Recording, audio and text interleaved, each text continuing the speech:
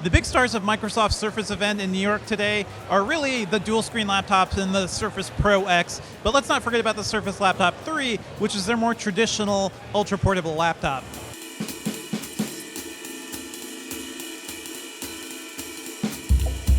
This time around, the Surface Laptop 3 will come in two flavors, a 13-inch version and a 15-inch version, and that's a big change. Before it was really just the 13-inch, and that smaller version, it looks pretty much the same.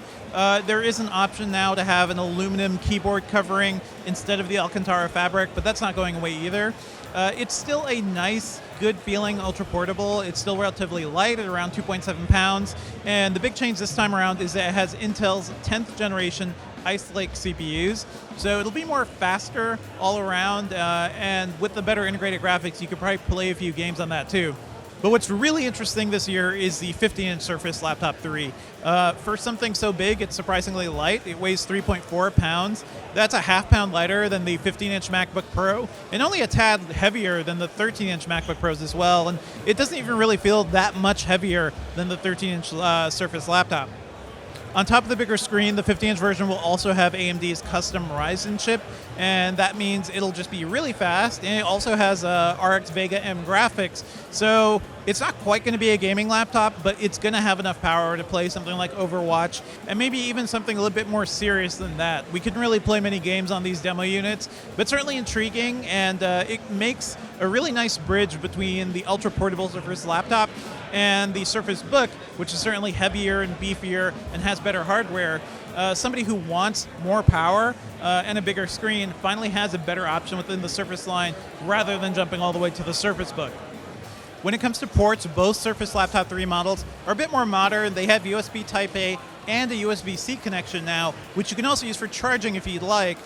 They won't support the fast charging that the Microsoft connector does. It's still a nice option to have, certainly if you already have existing USB-C chargers around. The Surface Laptop keyboards have always felt pretty good with a decent amount of travel, and it feels like Microsoft refined it a little.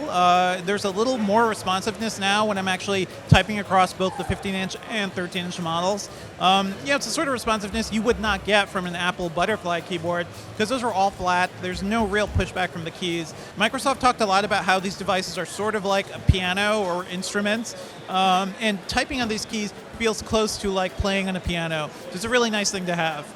The trackpad is also much bigger than last year, around 20%, and you can feel it, I think, using multi-touch gestures, just scrolling around. There's more room for your fingers to move, and that's a really nice thing to have, too.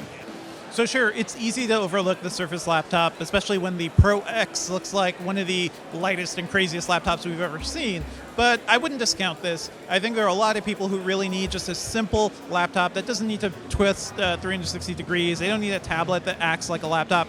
They want something nice and simple and, occasional use of a touchscreen, and that's what the Surface Laptop 3 offers. If you dug this video, be sure to like and subscribe, and stay tuned to Engadget.com for more news from Microsoft's Surface event.